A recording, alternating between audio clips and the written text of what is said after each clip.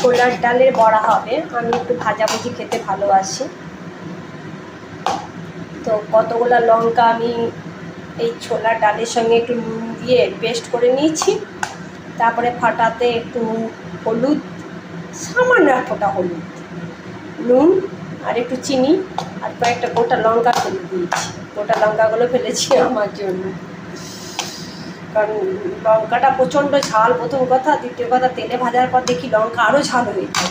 জানি না এটা কোনো ম্যাজিক আছে কিনা, বাট এটা ছোলার ডাল কাল সকালবেলায় ভিজিয়েছিলাম, মানে আজকে রবিবার, শনিবার সকালবেলায় ভিজিয়ে রেখেছিলাম আমি।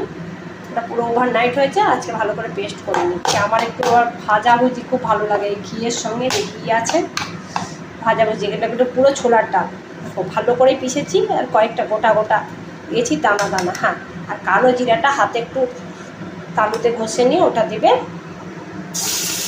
খুব সুন্দর লাগবে খেতে। বড়া ভাজা, এই যে গোটা লঙ্কা, আমার এটা আমার স্পেসিফিক্যালি আমার জন্য বানাই।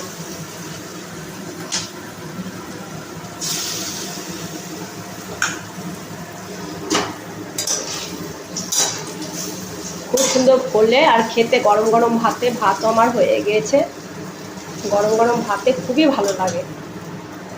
ভালো করে ফাটিয়ে নিতে হবে ছোলার ডালের বড়া। দেখো কালারটাও না কত সুন্দর হয়েছে।